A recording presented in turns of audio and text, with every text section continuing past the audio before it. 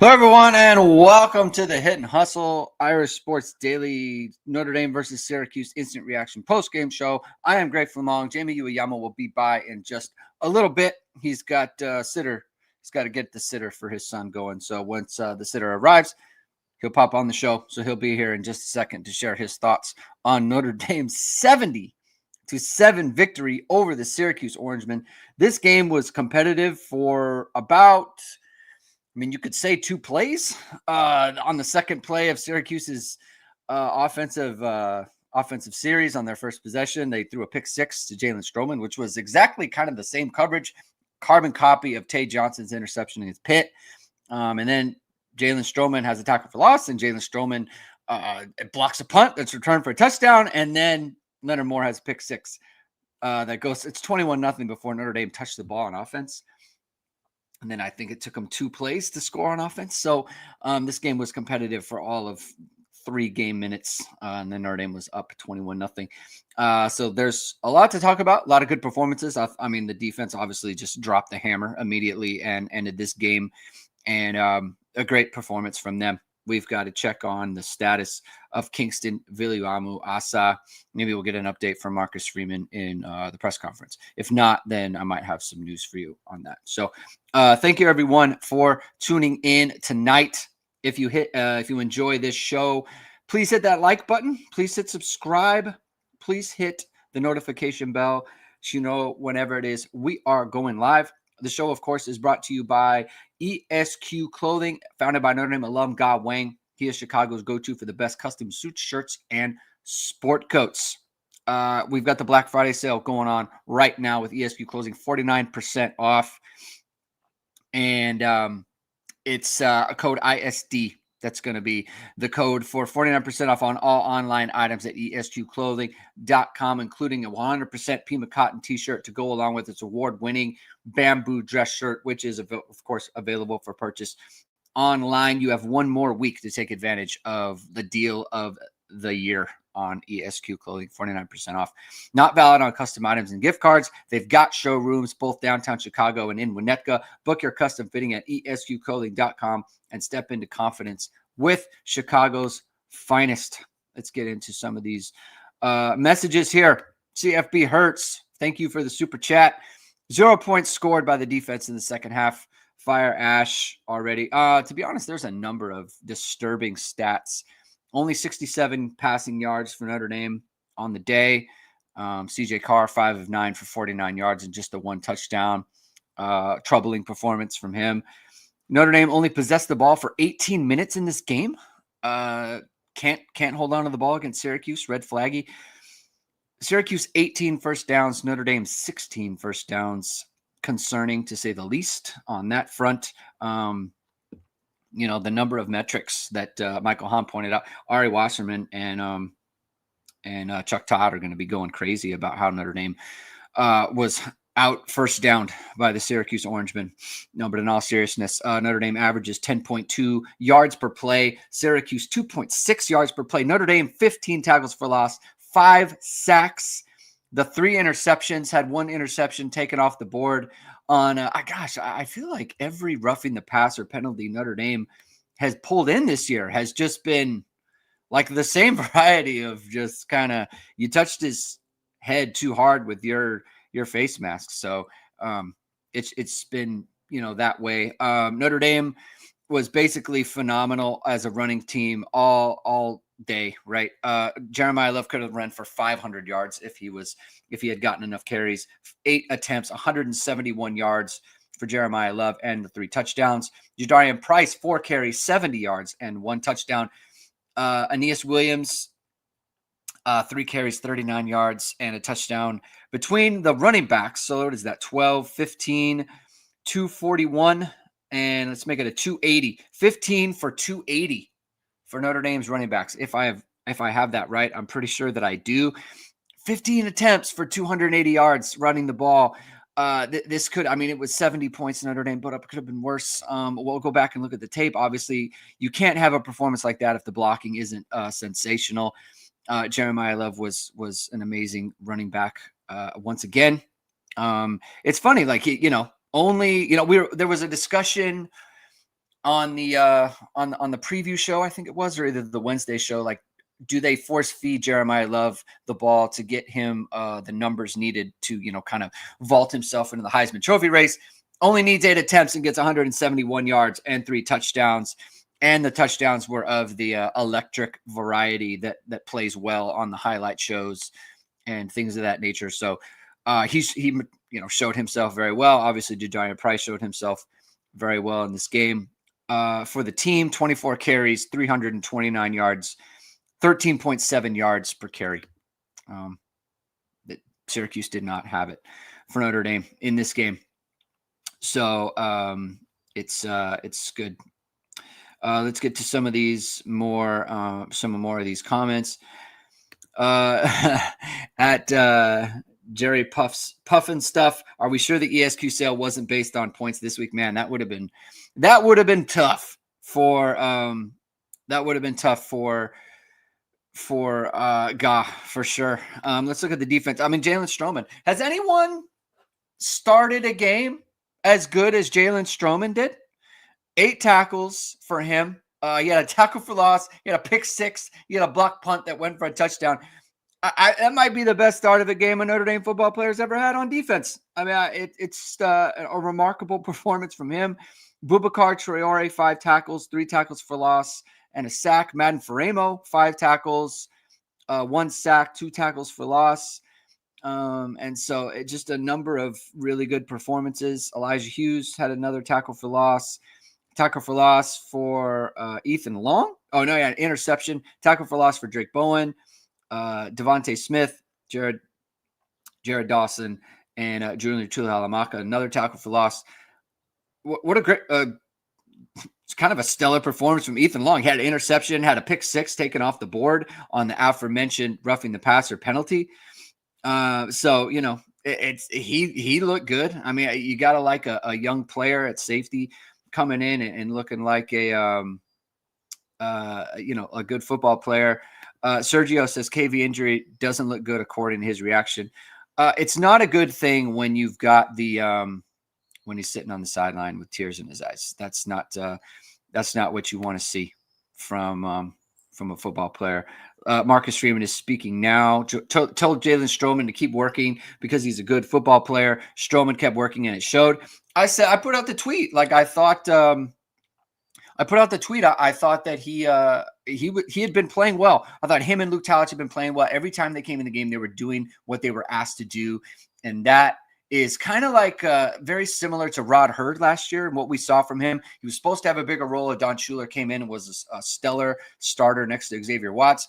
But Stroman and Talich have been, when they've come in the game and played their roles, they've been doing a really good job. So it's, a credit to him. Came in, his opportunity came, and he made it happen. Marcus Freeman says, I'll find reasons to make sure the guys know it wasn't perfect, but it was a pretty good performance. Marcus Freeman, good victory are his initial thoughts on it, and he called it a unique game, which, of course, that is 100% the case. And now we have the Yama. We have Jeremiyah Yama, who has entered the show. Jamie, welcome. Thank you for joining. Happy to be here. Jamie, I've kind of been filibustering in your absence here, just kind of recapping what we saw. I've been thinking about how to discuss this game. It was competitive, I said, for about 3 minutes. I don't even know if it was that long, but yeah. Maybe because you kind of knew, like once the Jalen Stroman pick 6 happens on the second play of the game for Syracuse, you kind of know, all right, well, that's probably it, actually, because that's I know that was kind of like it's it. But when it's 21-0, 3 minutes into the game, offense hasn't even gotten the field yet. That's how it was. It just kind of a big picture thoughts from you before we get into the more nitty gritty stuff. I mean, outside of the KVA injury, which obviously sucks, whatever. I mean, we're not going to know the full extent, but we can't guess based on him, look like he had been crying or whatever. So we can't say like that means he's gone for the year. Like we don't know anything, right? Like because remember he had a knee injury last year and then he missed time and then came back in the playoff. after. Maybe it was a similar thing. So who knows? We'll see. We'll see what happens. But outside of that, like I don't see how this wasn't like the most ideal. I can't even think of another thing that was like more ideal of like they barely had to play any of the starters in the game. Yeah. They pretty much dominated. You like it's funny because Freeman was like getting mad about like them getting a couple first downs at like the end of the second quarter. And I get it because that's what football coaches do. Like that's you kind of have to do that. But I was just like, oh my God. Like it was just I've honestly felt bad for the Syracuse players.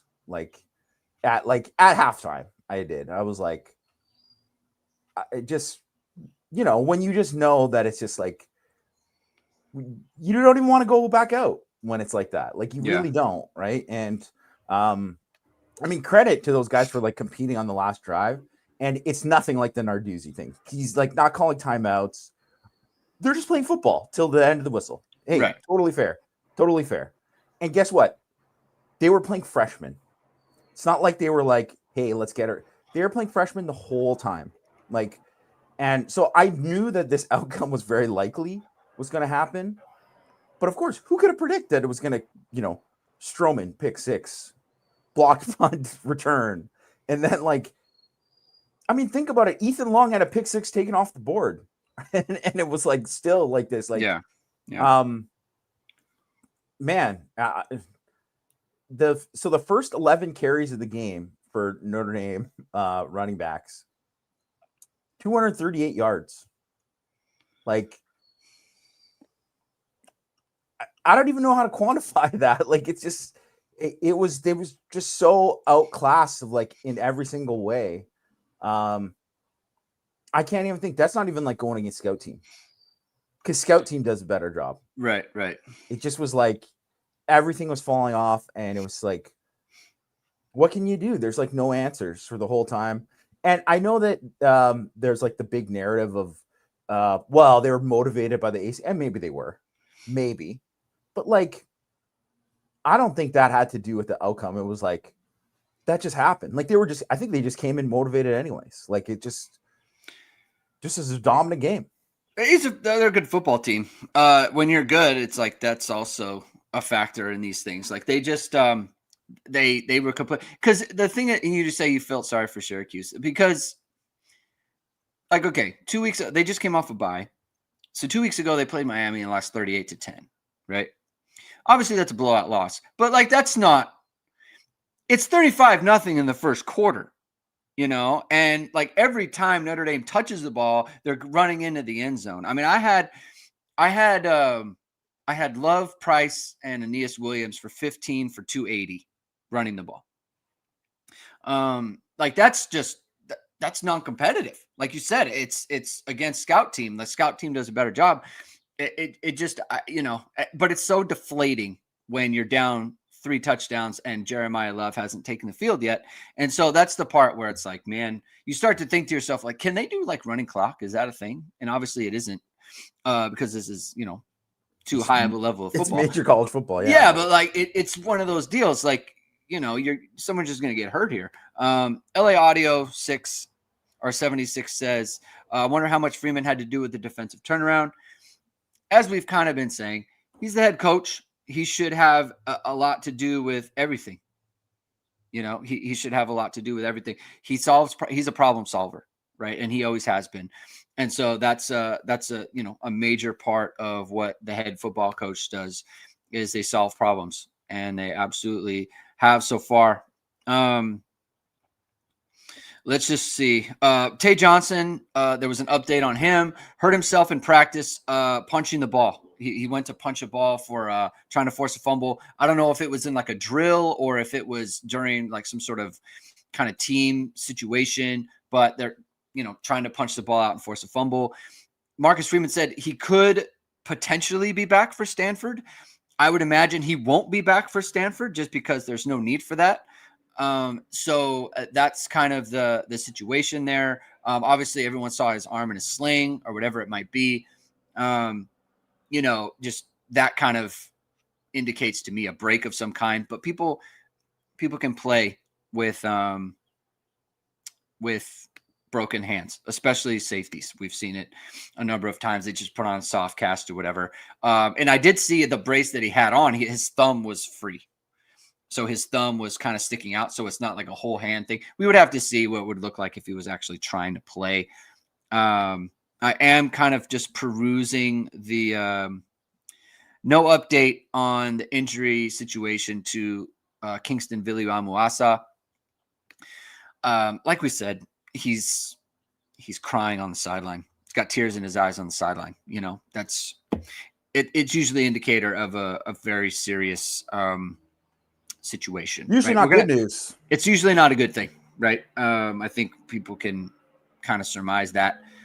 But that's kind of the situation there. To that front, Madden Framo played well, and he's been playing well, right? So if they need, the only thing with that is he's played next to KVA kind of every time, you know, and so he's always playing that will linebacker. I think this would mean if KVA is out, this would mean more snaps for Drake Bowen because he's kind of who spells him in there. They have a lot of wills right now, it seems like, and not that many mics. So, I mean, obviously, I think Jaden Osbury's smart enough. I don't think Bowen would leave the field if KVA is not going to play. Yeah. It would be my guess. Yeah, so that's that situation. What did you see on the line, Jamie? It's hard to you know, there weren't that many plays. So the O-line? Yeah, the O-line, because obviously they're opening up a bunch of holes there. What did you see from those guys that they were able to just do such a dominant job in this game? I mean, some of it was, I think, that, like, you know, what Syracuse was trying to do to try to create some havoc, and that it just wasn't, you know, like they put themselves in bad positions and why some of those holes opened up. So I think that's why some of those holes were so huge, right? Like so it wasn't necessarily like they were just dominant, but that part of it like helped. In saying that, I can't recall seeing that many times where you've seen like just about every run, when those, like, out of those 11 that I talked about, because the 11th was the Jeremiyah Love touchdown, right? Out of those ones where I can't recall another time where, like, it really just seemed like every single person was doing their job up front, like every single person. Mm-hmm. So, I mean, again, it's not a lot of plays, but it sure looked good. And obviously they're not, you know, who they were going against wasn't good, but one of the things Syracuse did before this game was like stop the run. Well, it was like the only thing their defense did. So I was kind of shocked that the holes were that big. But man, they just and any kind of crease like that too, man. And you just really saw too, like the athleticism difference. Yeah, was just stark. It's just like, I don't think that we understand, like, in the thing with Kate, like, people, I got a text message from somebody today talking about this, and I've been thinking it, especially in regards to Jeremiyah Love. Like, he is a sprinter. Like, he runs in a way that is like very efficient. He's very streamlined the way that he runs, and he accelerates in a way that is like uncanny for specifically a running back. And I think this is where a lot of the comparisons come to Jahmyr Gibbs, because he's very similar in that way. But man, he can hit it and accelerate in a way that's like you see from sprinters. And his long speed is so good because of that sprinting background that he has. Efficient. Yeah, it's very efficient, and it doesn't take a lot of energy. And so that's why he can have a lot of these longer runs where it's like people can't catch up to him. Jadarian Price is similar in that way, but he doesn't accelerate the same way that Jeremiyah Love does. Obviously, the thing with Jadarian Price is he's so physically strong. Yeah. You know, like he is just like a load to handle, and he has such strong lower body and upper body. It's just a big problem. Aeneas Williams, though, continues. I mean, that kid, he makes a case, Jamie. He really does. Yeah. He looks good. Like, I mean, I don't know what his yards per carry are this year. I'm sure like I could look it up right now, but like it's got to be something ridiculous because he's broken like a bunch and he's barely played. And it's like every single one of these games where they've blown people out. Yeah, they're blowing these teams out, but I mean, he's just looked awesome. He has looked awesome. You know what's hilarious though? I have to tell the story because my wife, who's like flying back from Australia right now, she texted me and she said she didn't know it was Aeneas Williams because she knew who Aeneas Williams was, but she was like she didn't know who Aeneas Williams is. She just saw the touchdown run and saw that it was like afterwards they picked him up, right? And she was like, "Was that like?" Because she knew it was a blow. And she was like, "Was that like a Rudy guy?" And I was like, "No, he's actually really good. Like he's whatever. He's just small. I'm like he's good or whatever." And she's like, "Oh, okay." And I was like, "It's Aeneas Williams." She's like, "Oh yeah, that guy from last year." I was like, "Okay, yeah." But it was funny because he looks so tiny compared to everybody else. But really, if you see him too, he's like pretty jacked too. I don't even really know what to say for a lot of this stuff with the offense because one, they barely played. 39 Have you ever seen a game too where one team runs 80 plays? 80 plays and the other team runs 39. This has to be I've never heard of that. I have never heard of 39 plays ever. This has to be the most unprecedented game of all time. 41 minutes to 18, Jamie. Time of possession. It's 70 points. Like 39 plays. I mean, you know what sucks the most about this KVA thing? Notre Dame did exactly what they needed to do. Yeah. Just blow this team away and get your guys off the field. It had to have happened like within the first couple series or something. That's what's a bummer about this is he wouldn't have been in the game. It's a fluky thing that happened. Like you said, 39 offensive plays. Jeremiyah Love with 171 yards rushing in 39 plays, 8 touches. It's insane. 10.2 yards per play for Notre Dame, 2.6 for Syracuse. I mean, just a total evisceration. And I think, you know, what's funny about this is like, I think we knew this was possible. It's impressive, you know, because I was thinking it's really hard to impress the committee per se or impress viewers of college football, just period, right? Forget the committee or forget whatever. It's hard to impress them against an opponent like Syracuse, okay? But this is an evisceration, right? Like it's one thing. Like I said, Miami beat them 38-10. You know, they lost to Georgia Tech like 41-16. They lost to North Carolina 27-10. 31-18 loss to SMU. I mean, these are games like they didn't have like 30-13 to Pitt.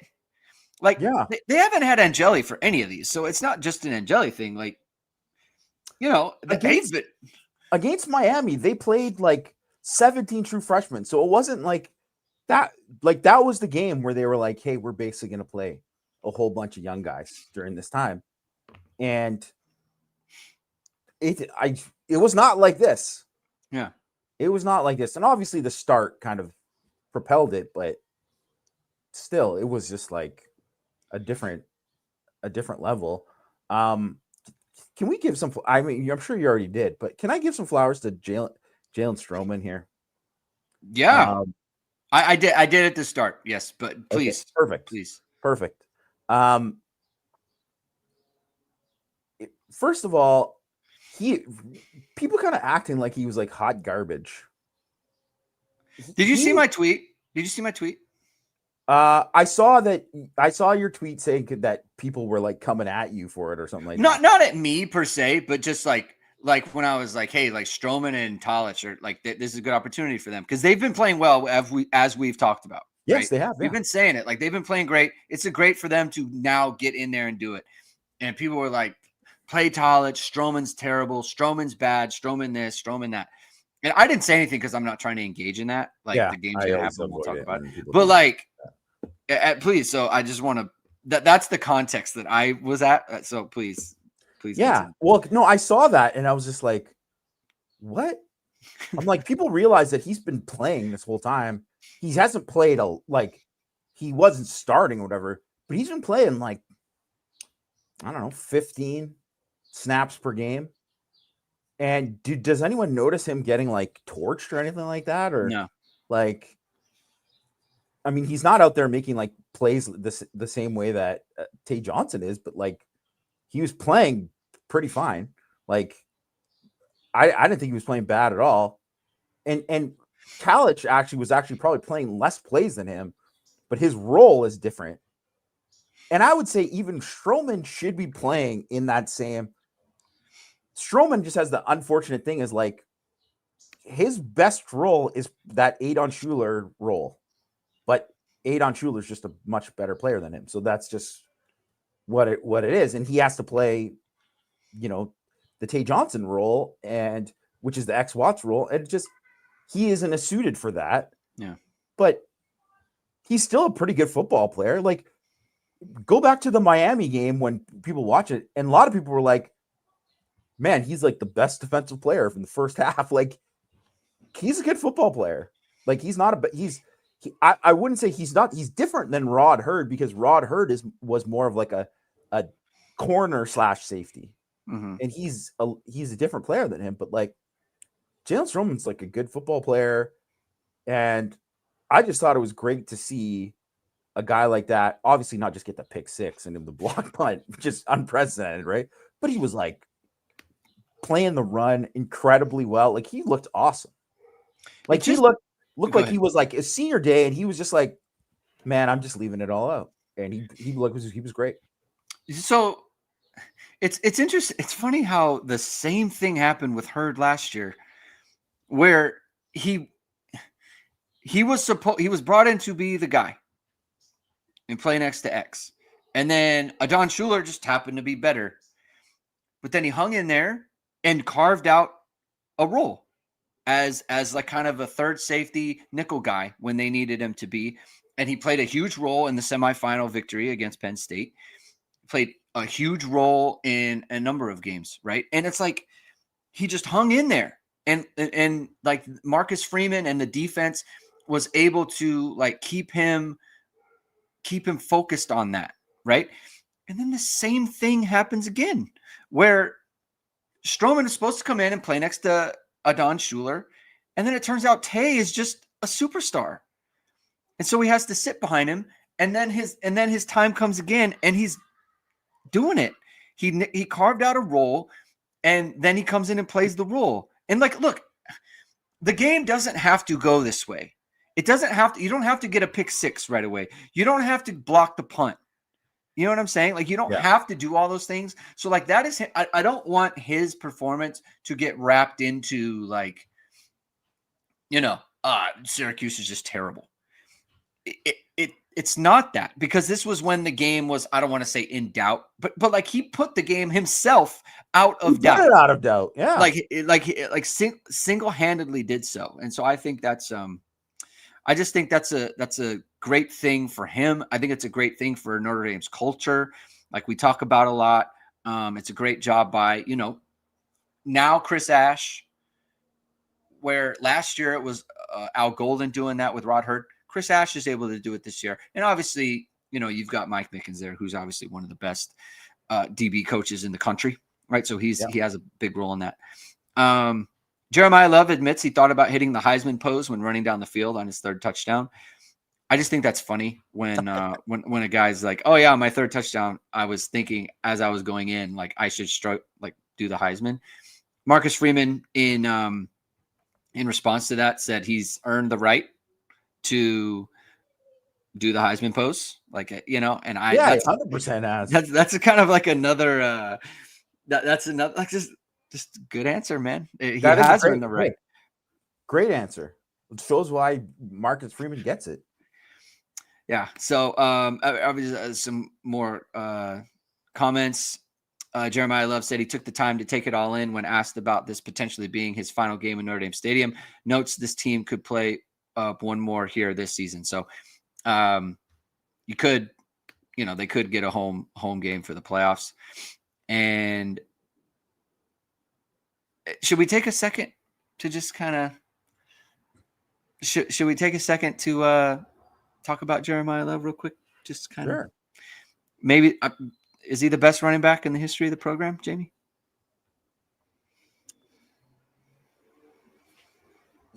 It's tough to go because there's recency bias and all of that. For sure. I haven't seen a better running back play for Notre Dame. I don't think there is. I don't think there's a better guy. And I actually think it's crazy because I actually think he is also kind of similar to like Kyle Hamilton, where you're like, oh, this guy's got a chance to get even better and better. Like he's going to, he can level up in the NFL. Yeah. Which is so scary because he's insanely good. Like right now. I don't think there's been anyone as good as him. I don't know. I don't think so. And I think if like you put him, it's different because you can't really say like, oh, well, if he's running behind those Holtz lines in the 90s or whatever, like it's like, yeah, it's just such a different game. And it's like how it's unfair, right? To say that, but I don't think there's been anyone as good as him. What's it, the skill set? Like when you look at that, like who has that skill set? Like if you were starting a team, like who would you go back and like? He's a better running back than Ricky Waters is. He's faster than him. Yes, he just is. And Reggie Brooks, it was good for the 1 year. But like Reggie Brooks doesn't have like the feet that Jeremiyah Love has. He didn't run as physical as Jeremiyah Love does. I think you look at Julius Jones, like Julius Jones didn't have the feet that he did. Kyren Williams doesn't have the size. He doesn't have the speed. He just has everything that you want. And Kyren Williams is about a complete of a back. I think if you could say like he's as complete as any back Notre Dame has had, I think that's pretty fair to say. And I'd be hard pressed to say that what he's better at, other than maybe pass pro. And he's a better route runner. Yeah. Jeremiyah Love's had a great pass blocking year, like very good. But and you know what? Credit, man, like big time credit. Yeah. Because he just doesn't. Because here's the thing about Kyren Williams, right? Kyren knows, like, I have to be good at this because I don't have the size. I don't have those measurables. Like, so if I'm going to be like an NFL caliber player, I have to be good at this. And Jeremiyah Love doesn't. He doesn't. And he is. And so like that just kind of goes to show like just kind of that quest for greatness. He's just got everything you're looking for in a running back.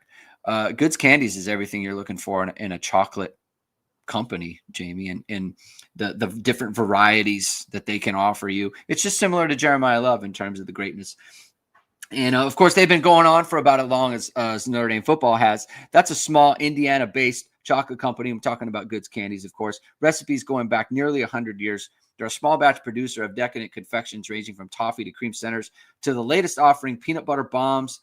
Some chocolate companies, you eat, you bite into the chocolate. What's inside of here? I don't know. Goods Candies, that's not the case. They want you to make sure you know what you're getting every time you bite into a piece of their decadent chocolate. Its cream centers have a unique design, so you always know what's waiting inside. All varieties are offered in milk and dark chocolate.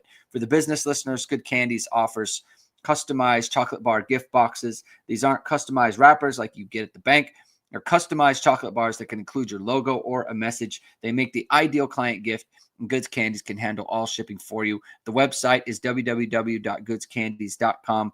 Viewers can save 20% through the end of the year with promo code ISD. Place your order online or reach out to Goods Candies at goodscandies.com with questions. Jalen Stroman says, I love this team. Everyone loves each other. Are you watching the USC game, Jamie? I am, yeah. I mean, obviously, Oregon's about to win. What's the situation? It's 42-27. USC turned the ball over on downs. They couldn't get it going, and then USC still had a chance to kind of get the ball back, and then they just got a face mask penalty on the thing to give Oregon a first down, and there's the 2-minute timeout and 2 timeouts left, but it would take a miracle and a half for them to win the game. I don't know. What about it? I would say, like, I mean, I didn't watch the game because we were watching Notre Dame, but like, Right, of course. I'd say score-wise, this is about what I expected. Also, like, Kamari Ramsey didn't play for Fitzgerald didn't play. And Fitzgerald didn't play either? Yeah, Fitzgerald didn't play. No. Okay, I'm actually shocked that it's not like 50. Well, Oregon's down their top 2 wide receivers as well. Okay. So they had a bunch of injuries. I mean, I think their left tackle was out, and then another offensive lineman. So there was a lot of stuff going on. SPMD says close to heresy, but is Love better than Rocket? It's so hard to say because Rocket is seen in a different light because of the moments. And then I also think, like, if Rocket played in a different era, like if he played in this era, his numbers would be insane. Like, yeah. So it's tough to say. But if we're going to talk about, like, in the list of, like, special players for Notre Dame that, like, deserve to be, like, in their own kind of category, like the separate, like, tier of guys, Love they are in that same tier. Those guys are there. And that's a pretty rare tier, So I just, and this isn't even talking about, like, this is just if we were just taking Love this year and not even the stuff last year, which was incredible too. So, like, I don't know. I just, it's hard to quantify it, to be honest, with compared it, and like when we're talking about, like, there's always going to be some old timer who's like, no one I've ever seen is better than Johnny Lujack. Well, the guy played both ways and was, like, the best guy. Like, so it's like, yeah, there's so many different things that you can look at. And it's different eras and all this kind of stuff. But man, Jeremiyah Love is, you run out of ways to describe him. He's just incredible. Yeah. I think the thing with Rocket is, first of all, they called him Rocket. Like, they didn't even call him by his first name. So there's that. The other part is, like, as someone who is a big, like, Rocket Ismail, like, he got me into Notre Dame.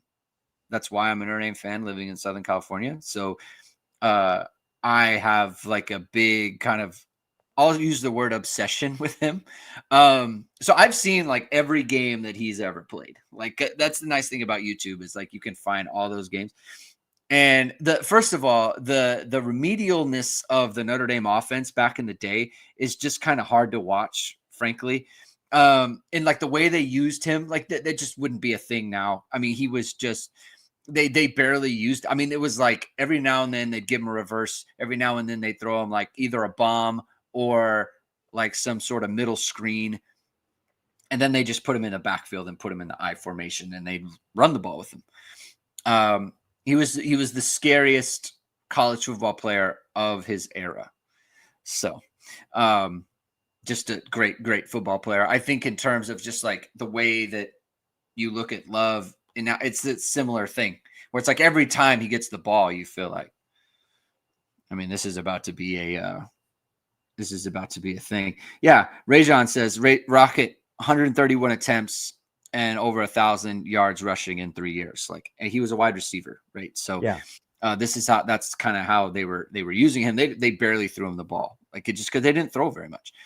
Well, it's like Tim Brown. If you look at, like, Tim Brown, like, his numbers are. If you look at his numbers, you're like, he won the Heisman because he took kicks back, and he played for Notre Dame. Like that's why he won.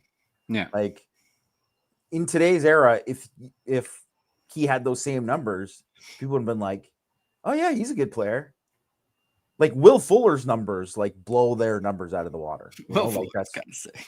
Oh, I will. I mean, he had sick numbers, but I'm just saying, like, but no one talks about Will Fuller in the same way that they talk about those guys. Yeah. So, but yeah, it's just one of those things. It's hard to really measure that. And I would say even like, because even if we're talking about like, so when people bring up like Reggie Bush, it's like Reggie Bush, I think it's like, because I think that is like still closer to the modern game. That is the modern game, I would say. Mm-hmm. And so you could be like, yeah, Jeremiyah Love should be mentioned with the Reggie Bushes. I think that's fair. Yeah. That's totally fair. So Utah is losing at the moment. And some concern about how if they lose, then that brings Miami up. Here's my thing, okay? I don't care about Miami personally because the thing is that for everyone else, it's a Notre Dame Miami thing. For me, it's just like, look how Notre Dame's playing. They're not going to leave Notre Dame out of the playoff. No. When they lose 70-7, like Pitt, right? They're now leading Georgia Tech 7-0. Okay. Pitt had no chance against Notre Dame. No. It was 37-9 with 5 seconds left. Like, they're not leaving Notre Dame out of this thing. There's no way. You can't leave Notre Dame out. And it's the same thing with USC. Like, everyone's like, USC, they could have done Notre Dame a favor. Yeah, it would have been great for the talking point, okay? Like, Notre Dame and Oregon played USC the same kind of way. Both at home and all that stuff, right? And everyone thinks Oregon's really good. So I don't it just doesn't matter to me. USC can do whatever they want. Miami can come up or not. Like, I don't care if Miami makes it or I don't have a strong opinion. So my point is like, I think people are afraid. It's like, oh, well, they're going to compare Notre Dame and Miami pretty soon. Fine. Notre Dame is going to make it. Notre Dame is going to make it. Like, they're playing too well. They're not going to leave them out. And I'll also too, it's one, the whole process is so weird where all of a sudden it's like, well, Utah loses this game. Well, now Texas Tech and BYU's wins over them looks worse. Right. It's like, should that be the case? Maybe not, but that's what will happen. It's like how, first of all, Missouri, Eli Drinkwitz, you do not deserve a chance at some of these jobs. What a gutless performance by him in this game. Anybody watch that game?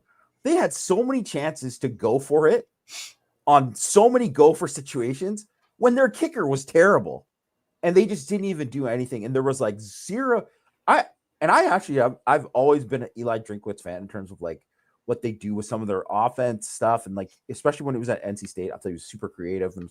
But like, you got nothing in the bag for this game. I mean, maybe it's like, okay, you're not going anywhere, whatever. But it's like, I don't know. Maybe this win maybe gets you the Florida job, man. Like, I don't know. Like, it just, that was brutal. But like, so Missouri, like, why is Missouri ranked? So they had beat 7 teams that weren't ranked teams and their own 4 against ranked teams now. So they're not going to be ranked. So Missouri is like everybody's ranked win in the SEC. And it's like, well, now that's going to go away, right? So it's like, that's why the whole process is stupid. And it's just like one of these dumb things. Like, so if Pitt loses to Georgia Tech today, is that like a way worse win for Notre Dame? I don't think so. But it might be. But the thing is, if Pitt wins this game, all of a sudden that becomes, well, the ranked win, and they're just going to be whatever. Maybe Pitt goes back to ranked. I mean, they will want to. First of all, they'll be incentivized to do that because they want it to be against Miami. Like, they would want it ranked Miami against ranked Pitt. Like, that's come on. That's how these things work.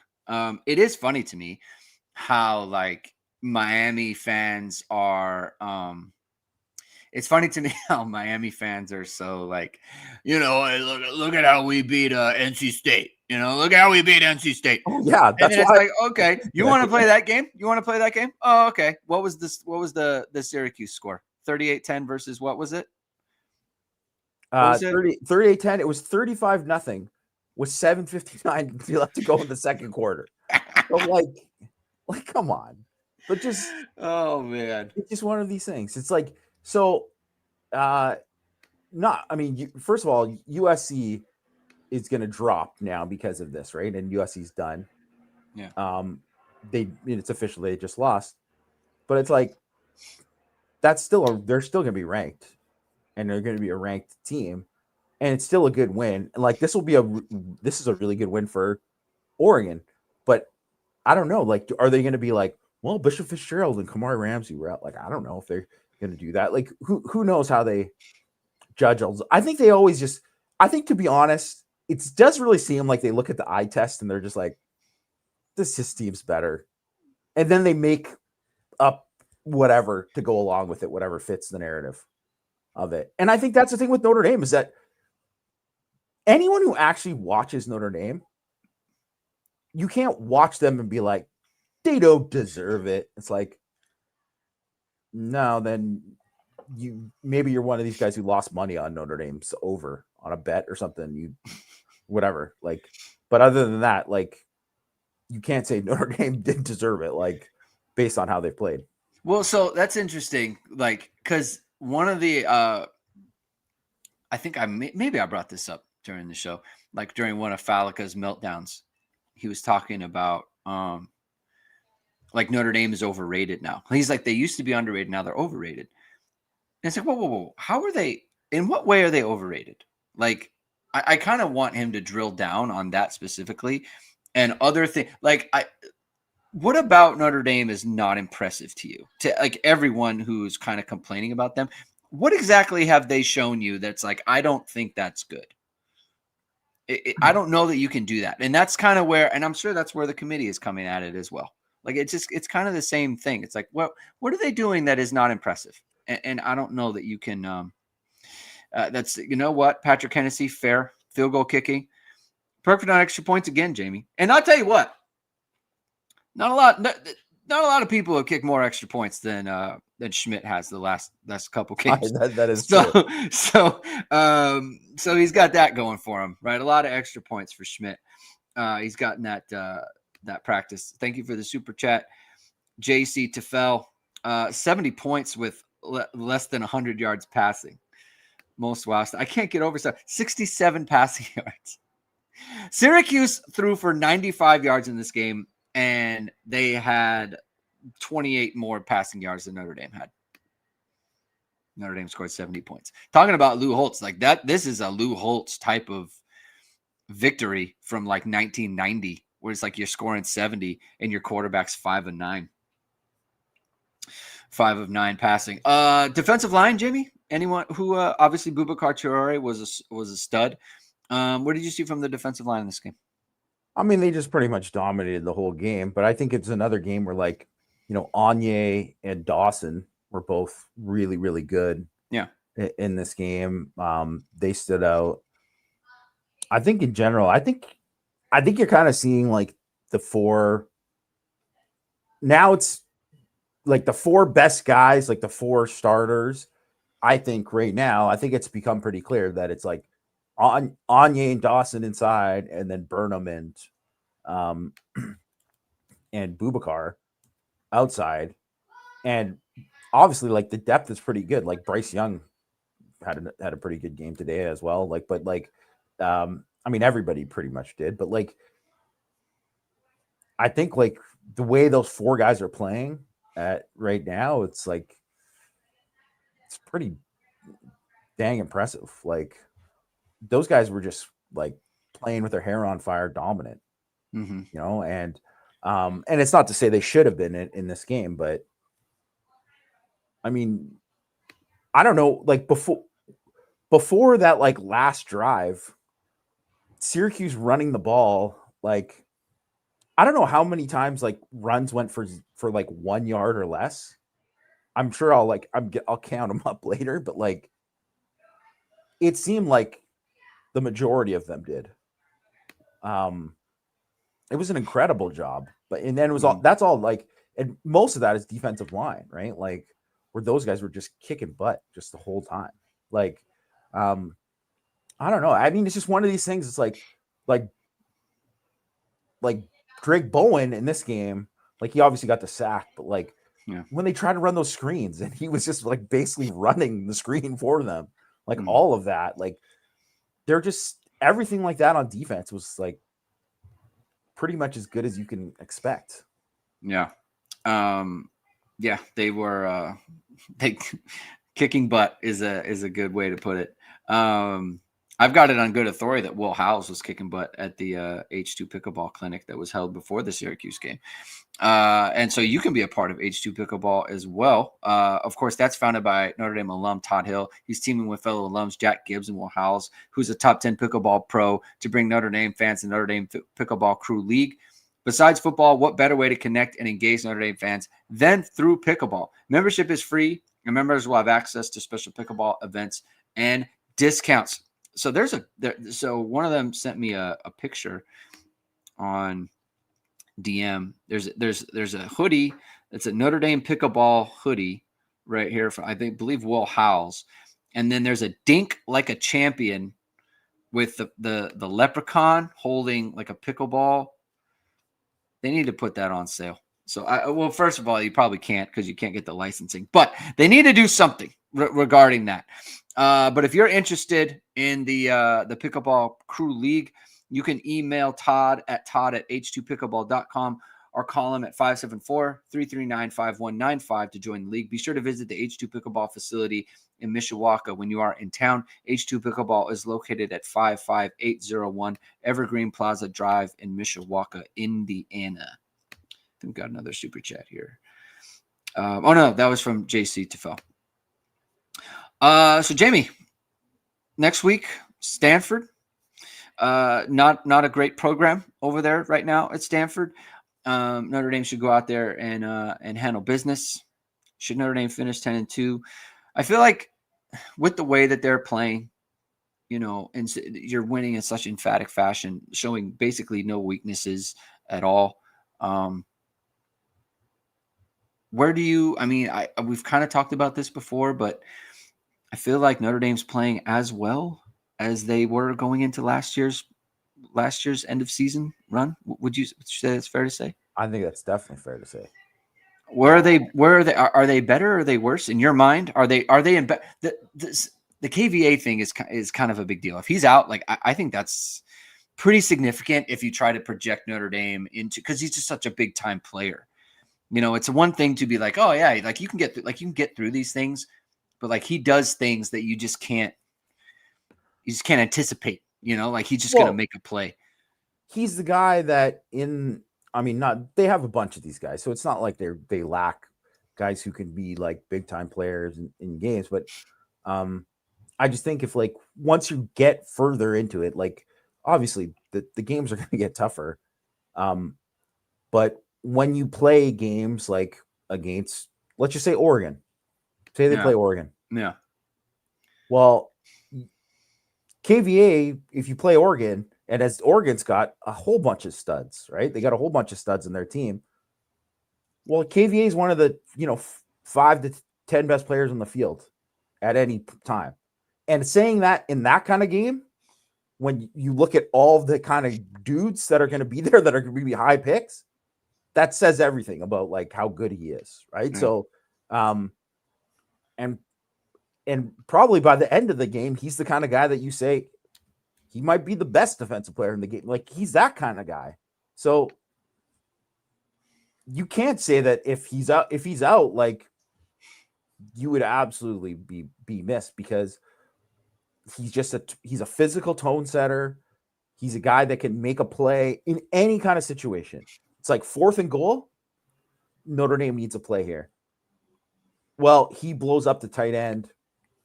They get a stuff, right? Well, you need a big pick. All of a sudden, oh, who's there getting a pick? Like pass rush, whatever, all these kind of things. His versatility is like his superpower.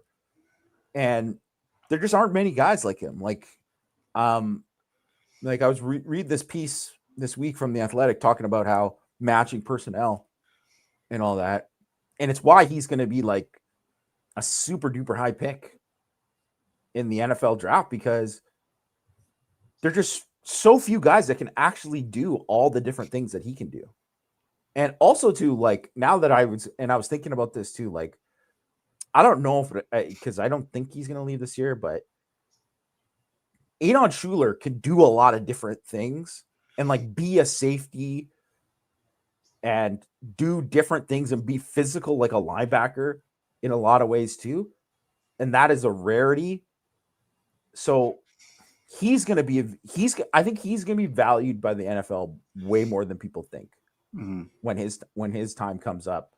But I don't know. It's just like when you're looking at it and you're thinking about like when you get into these games, when you're playing against the Ohio States, the Oregons, the Georgias, etc., a lot of the times it's like it is who are the dudes who are going to step up and be that. Yeah. And he's one of Notre Dame's dudes. So if he's out, it's a significant loss.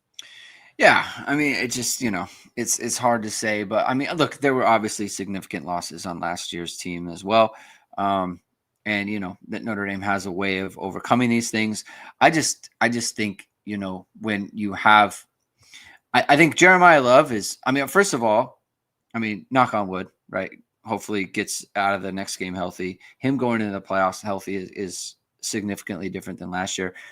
De'Jarian Price is playing better than he was at this time last year, in my opinion. I think that CJ Carr gives you a better chance. And then you're getting closer to Billy Schrauth coming back. And you're getting close to Billy Schrauth coming back. And you get close to Gabe Rubio coming back. And you get close to, Tay Johnson would be back at that point. But you're getting closer to, Jaden Greathouse, right? He would get activated. And so it's just like I just think they're in a better position this year. And not just that, but they also have that kind of institutional knowledge of having done it, and having been a part of it.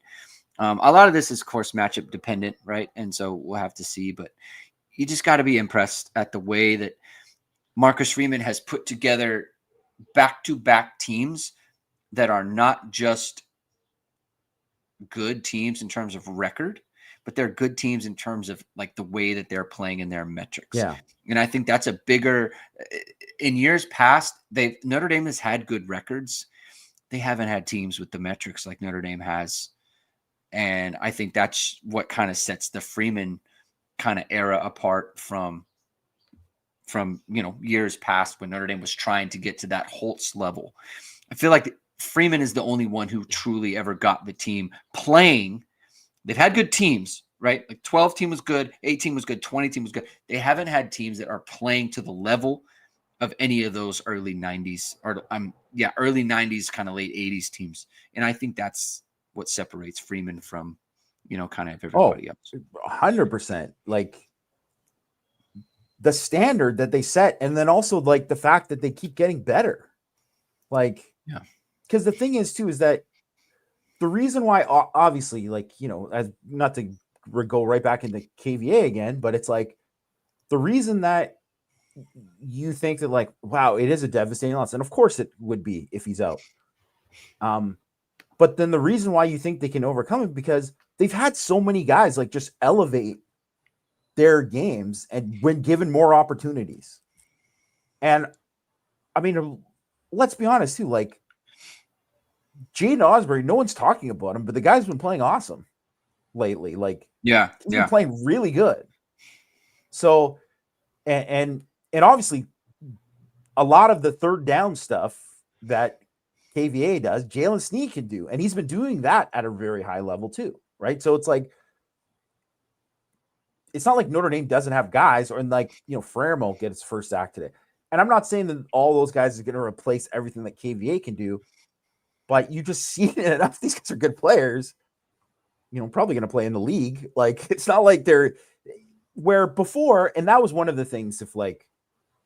If Notre Dame before lost guys of that level, it was like, I mean, just call it. The season's done. Like, that's how it was. And it's just not like that anymore, because even if you said, like, with Charles Jugasaw, you would normally, if that happens, it's just like, forget it.